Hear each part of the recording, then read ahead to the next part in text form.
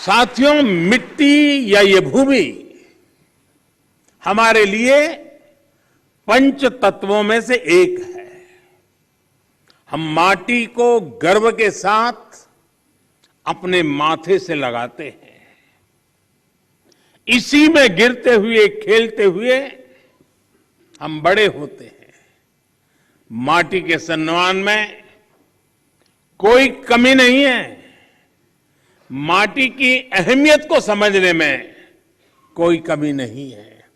कमी इस बात को स्वीकारने में है कि मानव जाति जो कर रही है उससे मिट्टी को कितना नुकसान हो रहा है, उसकी समझ का एक गैप रह गया है। और अभी सदगुरु जी कह रहे थे कि सबको पता है समस्या क्या है।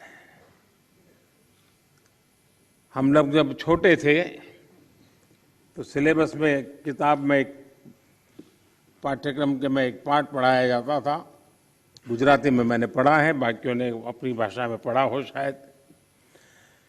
कहीं रास्ते पर एक पत्थर पड़ा था, लोग जा रहे थे, कोई गुस्सा कर रहा था, कोई उस पर लात मार देता था। सब कहते थे देखिए किसने पत्थर रखा, कहाँ से पत्थर आया, दे समझते नहीं वगैरह। लेकिन कोई उसको उठा करके साइड में नहीं रखता था। एक सज्जन निकले, उनको लगा कि चलो भाई सदगुरु जैसा कोई आ गया होगा।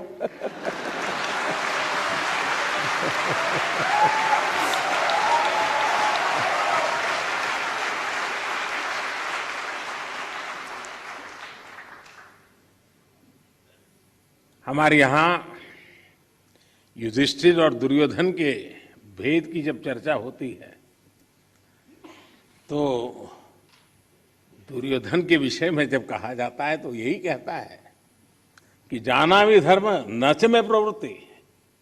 मैं धर्म को जानता हूं लेकिन मेरी प्रवृत्ति नहीं, मैं नहीं कर सकता हूं। सत्य क्या है मुझे मालूम है, लेकिन मैं उस रास्ते पर नहीं चल सकता हूं।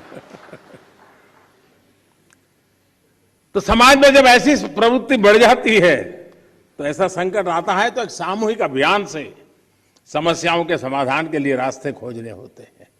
मुझे खुशी है कि बीते 8 वर्षों में देश ने मिट्टी को जीवंत बनाए रखने के लिए निरंतर काम किया है।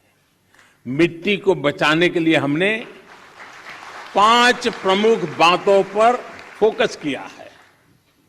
पहला, मिट्टी को केमिकल फ्री कैसे बनाएं। दूसरा, मिट्टी में जो जीव रहते हैं जिन्हें तकनीकी भाषा में आप लोग सॉइल ऑर्गेनिक मैटर कहते हैं, उन्हें कैसे बचाएं।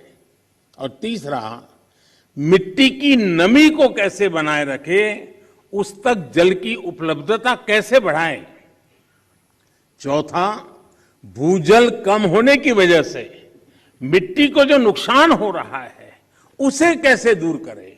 और पांचवा, वनों का दायरा कम होने से मिट्टी का जो लगातार क्षरण हो रहा है उसे कैसे रोकें।